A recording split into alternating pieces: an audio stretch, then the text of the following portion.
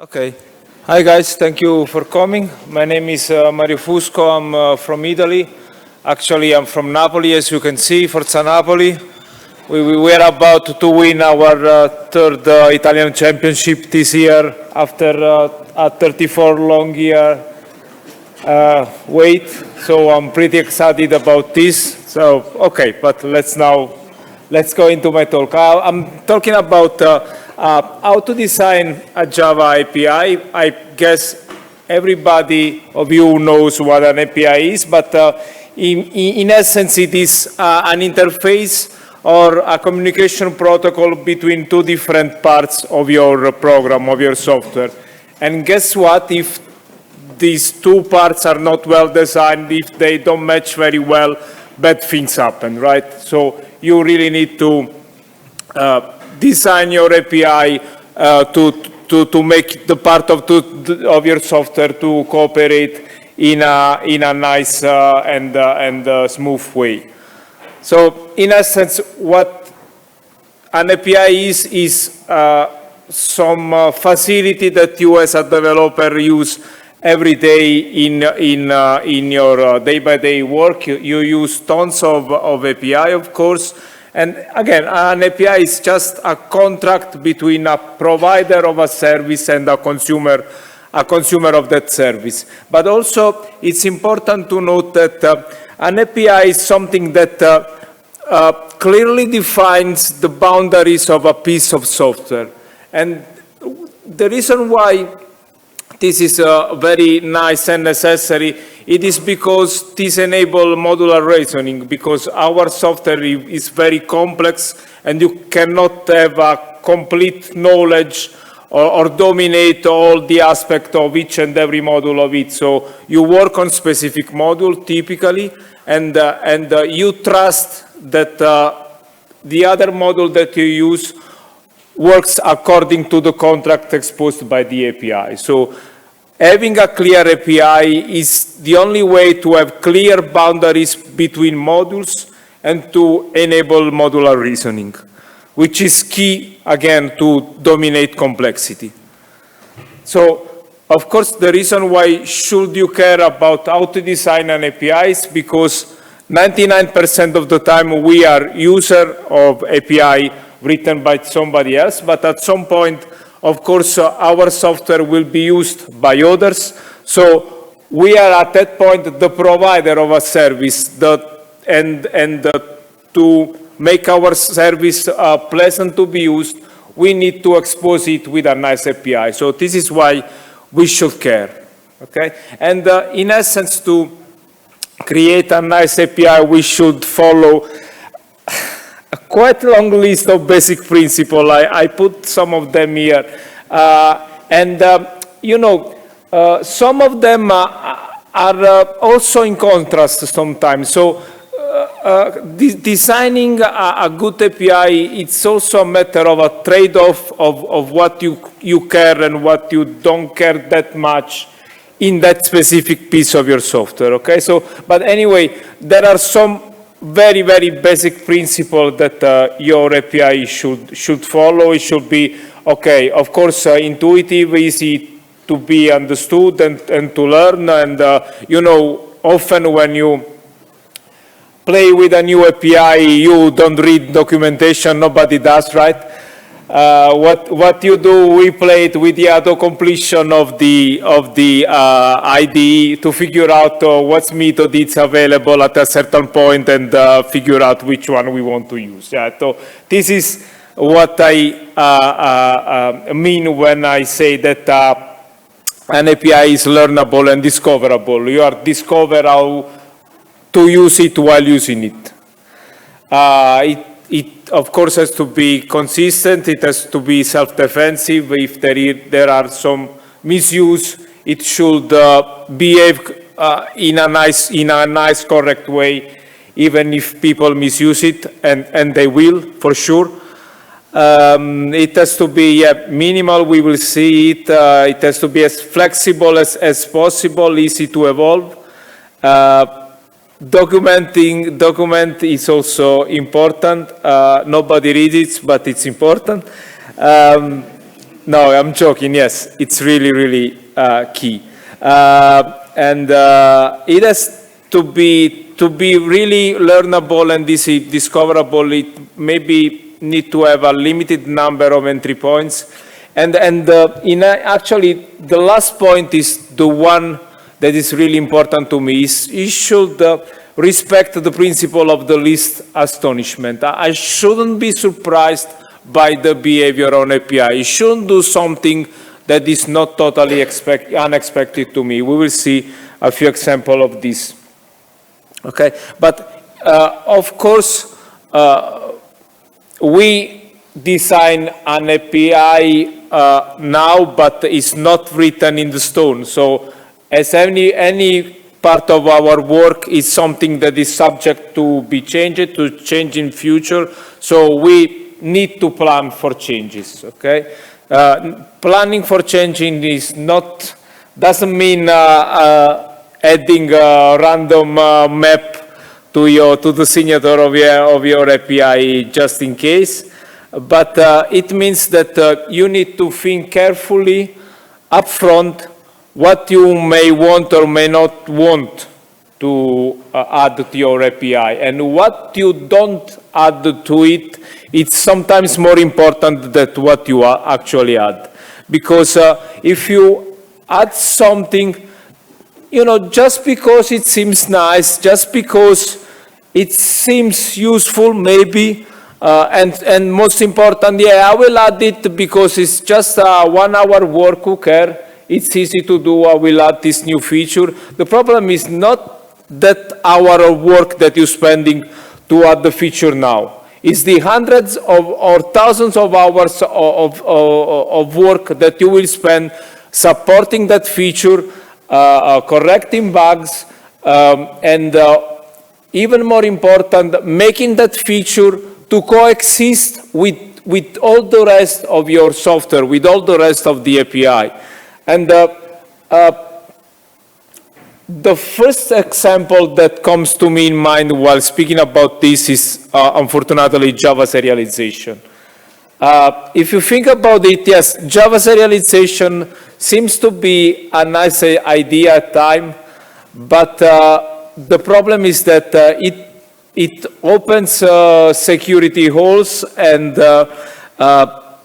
the other problem is that it plays horribly with other features. I remember that when they were developing Lambda expression in Java 8, I participated to the discussion, and they spent like 6 months only to figure out if a Lambda expression could be serializable or not, and how. So, and you know, the Lambda expression came 20 years after Java 1.0 when serialization has been introduced. So, you know, planning up front also means figure out the feature that you are adding now. I will play with the future needs of your module, of your product, of your project. Okay, and the reality is that unfortunately software doesn't age like wine; it ages like milk. That's the problem. So. The very most important rule for designing an API for future is if you are in doubt, leave it out. Okay. Yeah, this is the theory, but I also to bring some practical example. And yes, I spoke about documentation. In reality, I read it a lot. I use it a lot. I try to write it, maybe with the help of ChatGPT nowadays, but I'm trying to write meaningful documentation if I can. Yeah, the problem is that this often documentation is there. You write it just because you have to, or because you are obliged to, or because, I don't know, there are some enforcer in your compilation process that enforce you to write documentation for public method, for instance, I don't know, and then you end up writing documentation like this, which is really like this. I mean, it's not really really useful. But even for a setter, you know, you can write a lot of interesting things. You can write what happens in the edge case if you pass a null, if this thing is trade safe or not. So there are a lot of things to say even for a simple setter. So, and again,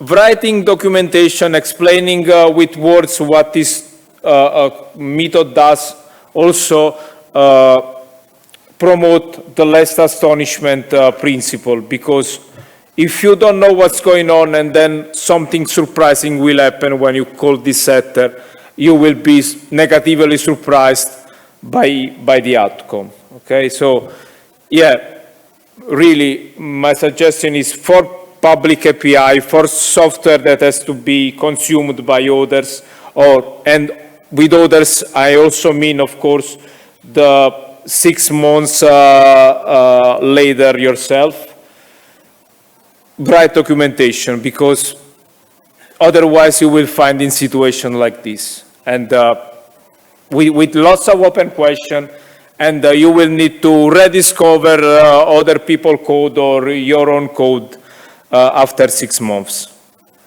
Okay, and the other important thing is that I said that an API is important because it defines the boundary of the modules. Okay, so at those boundary you want to have a very clear contract, and documentation is part of that contract. Okay, so it's one more thing to enable modular reasoning.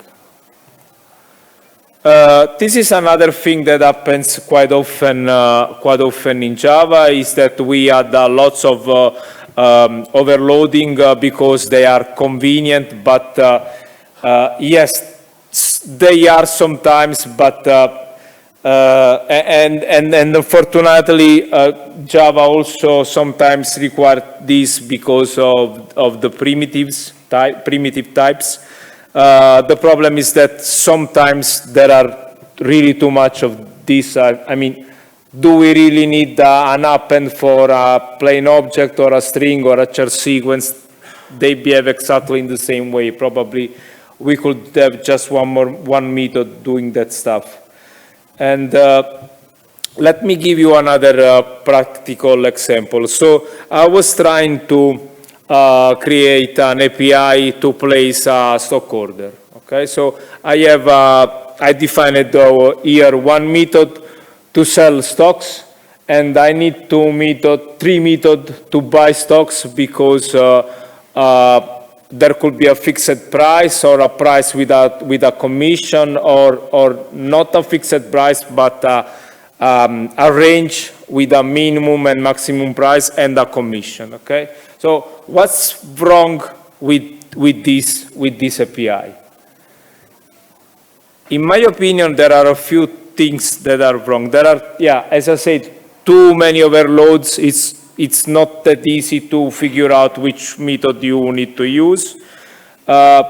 This is another typical and very wrong thing. We have an inconsistent order of argument. In one case, you are setting the price first and then the quantity, and for the buy method you do the opposite, which is confusing.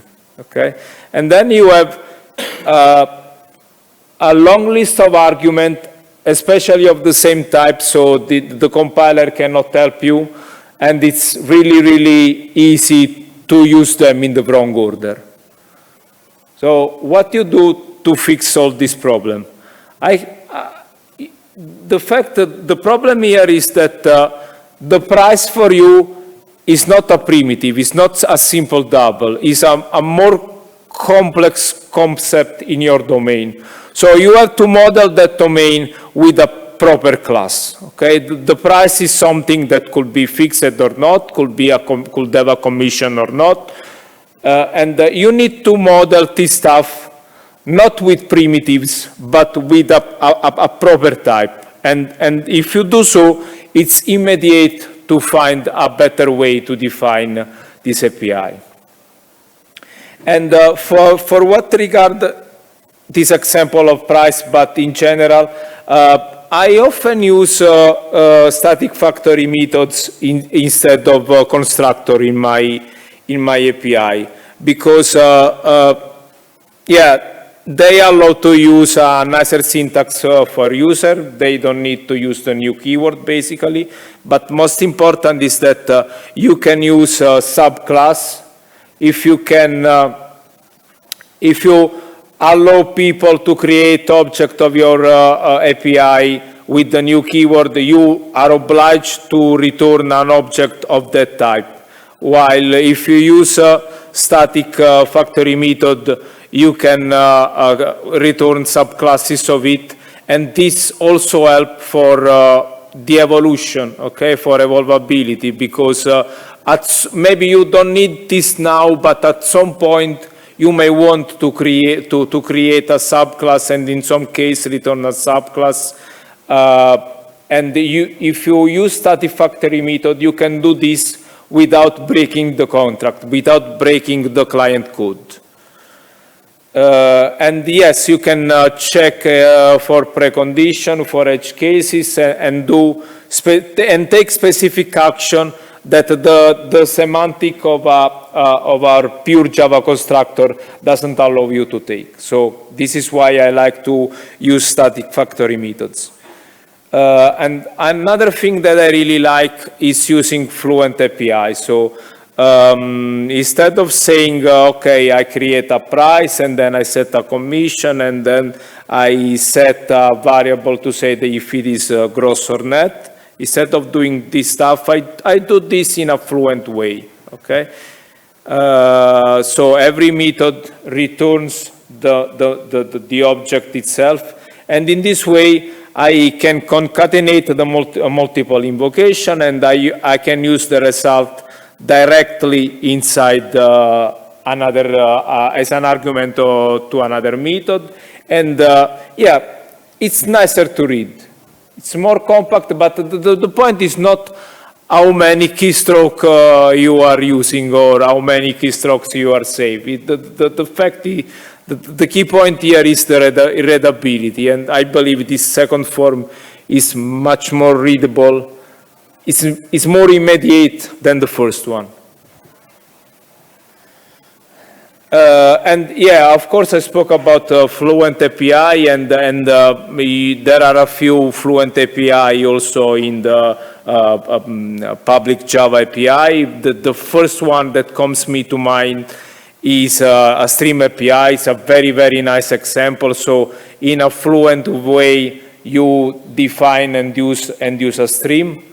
There are also some problems, I believe, in this API, this time related to the naming of some method. This is also something very important. So naming consistency or in naming is very important, as it is important consistency with the order of arguments. In this case, if you can see, they are the two different methods. One is limit taking max size, and then you have a method called take while doing exactly the same thing but using a predicate instead of a fixed amount of items. And if you look at them, they do, yeah, in a slightly different way, but they do exactly the same thing. So why not using the same verb? That's confusing. This is not consistent, in my opinion. So instead of saying take while, they could have said, because the limit method was pre-existent, they could say limit while, because it's a limit operation with a nuance, with a slightly difference, but it should say limit while. And the same happens with skip and drop while. If you already have skip, the drop while is doing exactly the same thing, so why not call it skip while? So I'm saying this to say that also in the Java API, there are, in my opinion, some small problem, and naming is important, and especially while designing an API, you should take care of them. Okay, and yes, I said that I like Fluent API, I promote them, but of course avoid to abuse them. In reality, the situation when you want to use a Fluent API is when you want to configure a builder, when you are using a builder pattern. And if you think about it, streams is a builder pattern. You are using the builder pattern to build a pipeline that processes a stream of data, a collection of data. Okay, that's all. And that's why the Fluent API plays so nicely with the streams, because it is a builder. Okay, this is another very important thing to consider while designing your API. If possible, use a weaker type, the weakest possible one. Okay, why? Because in this way you enlarge the scope of your method, and you avoid the needs of those too many overloading as we saw with the string builder, for instance. Okay, because in this example, I have a concatenated, take an array list. Okay, and what if I have a linked list? Oh, okay, of course you shouldn't use linked list, never, please don't. But what happens if you have a linked list? Do you need an overload of this, really? In reality, do you care that this thing is a list for this specific implementation? I'm just concatenating the stuff that is inside this list. So I can relax that constraint in the argument and declare it a list. And in reality, in this case, I don't really care about the order of the item. So I don't even need a list there. Could be a collection, okay? And in this case, I don't care about the size of this thing. So I really don't need a collection there. Could be an iterable. So start reasoning in this way. What is the weakest possible type that I can use in the signature of my method to enlarge the scope of my method, to extend the applicability of this method to many different cases. And the same applies also for not only for the argument, but also for the return type, because yeah, here I'm collecting the addresses of all the family of this person, and I'm putting them in the list, and I'm returning the list. But once again, this list shouldn't be a list. I don't care about the order of this thing. And the problem is, by declaring it a list, I putting a constraint on the evolvability of this method. Because maybe since I'm collecting addresses of people in my family, I don't want to make it a list. I want to put them in a set because I don't want duplicated addresses. But if I declare this a set, then this thing doesn't compile anymore. And then what I have to do is wrapping this into an array, the result in an array list. It's very wasteful also performance-wise. Just because I need to make the compiler happy, and at that point, I cannot change the signature of that method, otherwise I will break my client code. But if I declared it as a collection in advance, I could switch internally the implementation from a list to a set without causing any problem to the client code.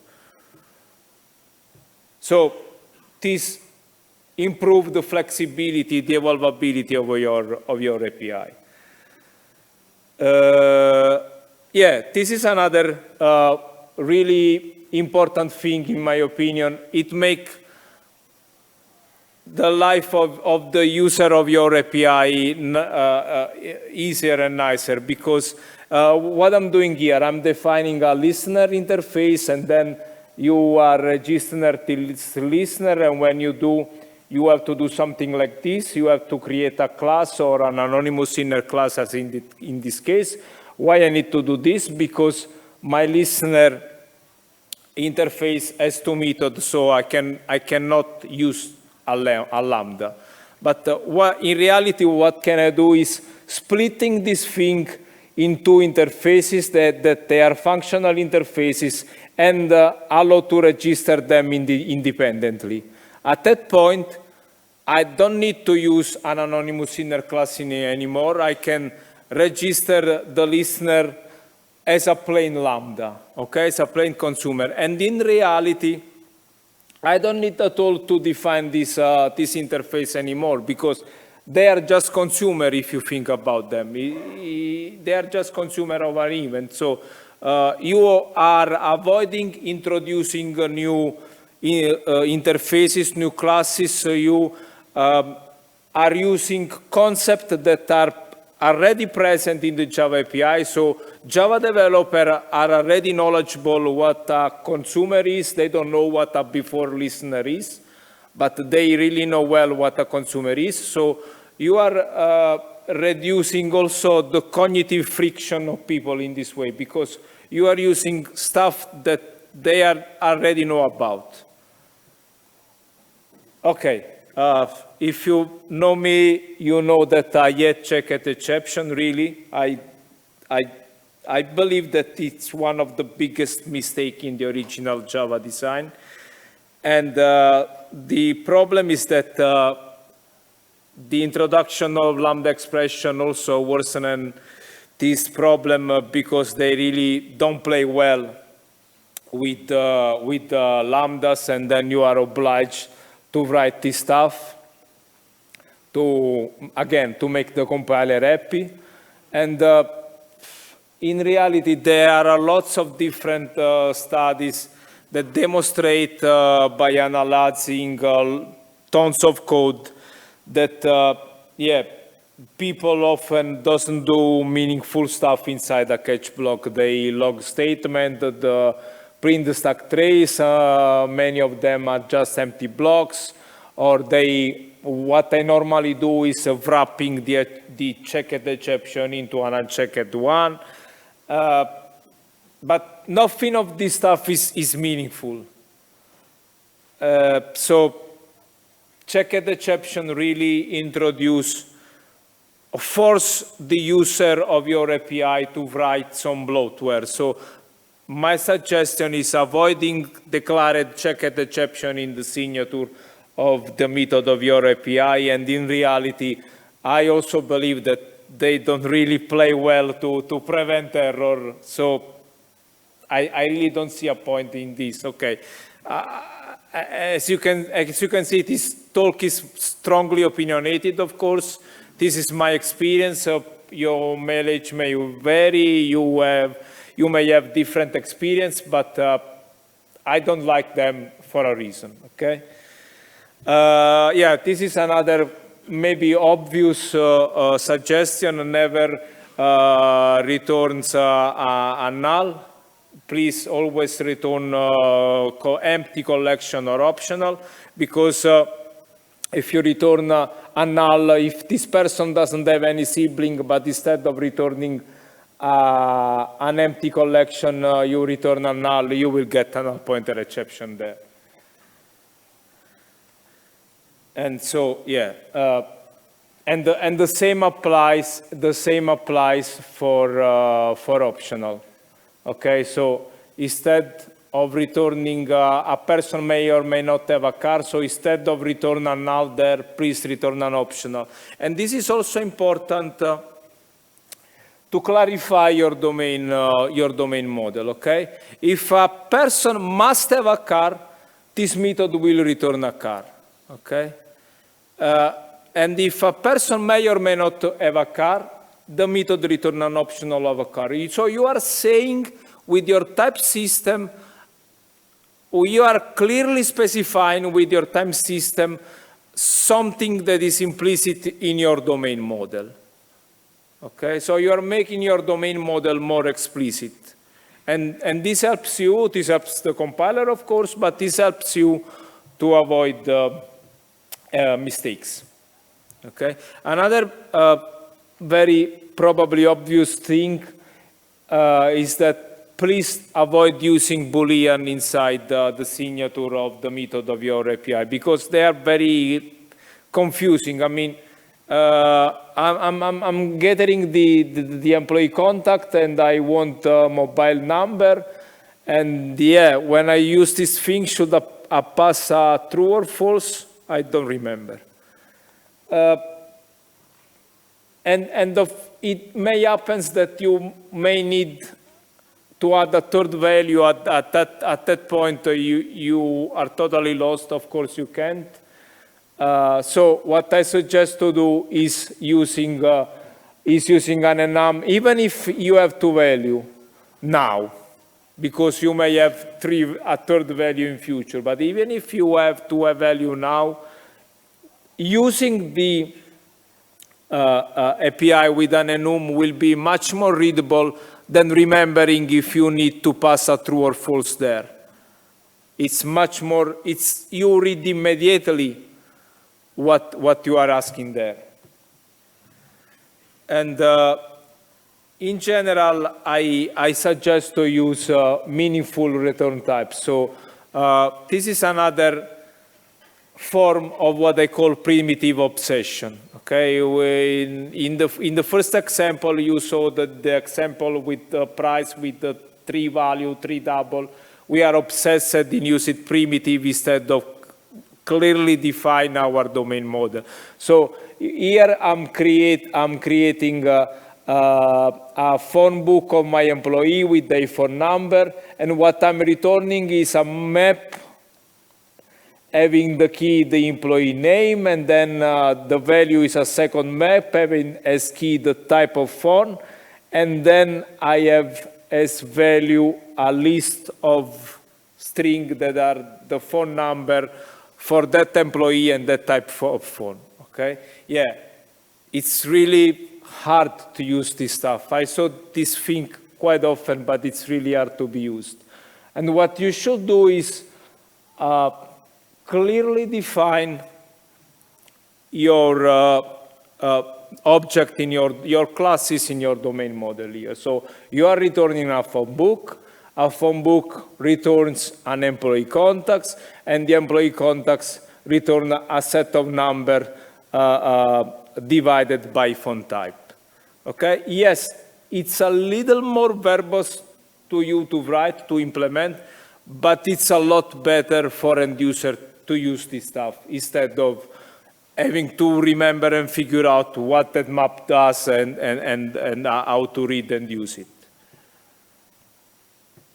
Okay, and then we come to the matter of all backshading. Of course, no talk about API is complete, or no Java talk is complete if we don't talk about optionals. Okay, yeah, this is, as you can see, also the optional as the static factory method as I suggested before, and in particular it has two methods. And the problem is that the very first one that you use is that off one, okay? And the fact is that when I've been introduced to optional, they told me, okay, optional is to avoid null pointer exception, okay? And then I used the most trivial factory method, passing a null to it. And I'm using this class to avoid the null pointer exception. Guess what? I get a null pointer exception. So this totally breaks my the principle of least astonishment. I'm totally surprised the first time I used this thing. Okay, in my opinion, this is wrong. And in reality, yeah, this is at least the wrong default. Okay. probably we don't need this off and off nullable static constructor. The behavior that I want is the behavior of the off nullable. I will get rid of one of the two and take only the other and call it off. So to me, off should behave as of nullable and of nullable shouldn't exist. This is my opinion, okay? Of course, I made the discussion on Twitter because why not? Everybody knows that Twitter is the perfect mean to make this discussion. And the nice thing is, now I'm posting a few tweets. You are not supposed to read them now. You can give a look at the slides later. But what I wanted to put in evidence here is that a lot of people replied to me. And we had a discussion, of course, on Twitter about this with them. And they make me notice things that I didn't notice, okay? So what I really want to put in evidence is that designing an API is an iterative process. You discuss with your friends, with your colleagues, with your peer in some way, not through Twitter possibly. And you find that right trade-off that I was mentioning before. So somebody make me notice that there could be different use cases that I wasn't thinking about that are important to them, but probably I wasn't see them because they are not important to me. Or there could be use cases that I wasn't thinking at all, okay?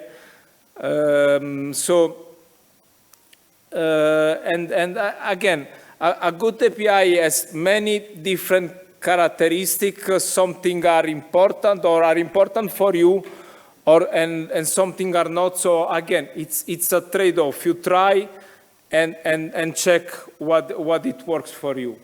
There's no other way. And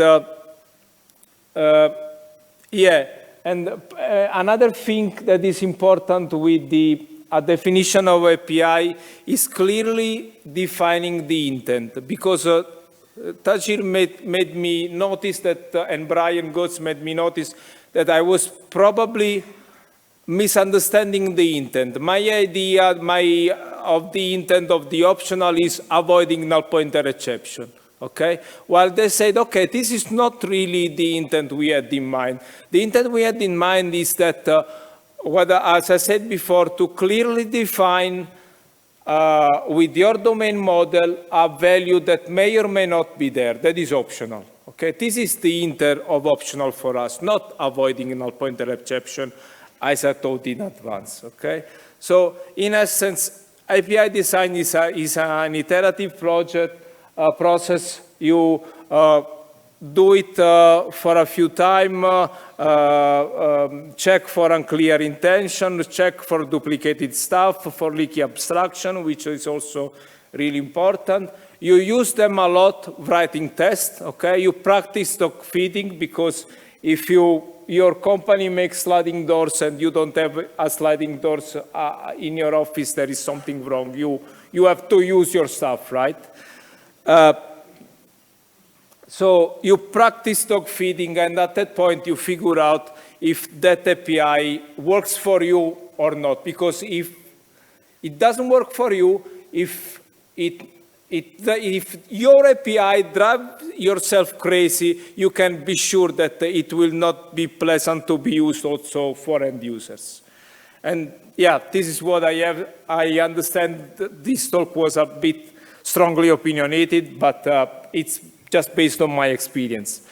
I think I'm out of time, so I can take question offline if you want. Thank you.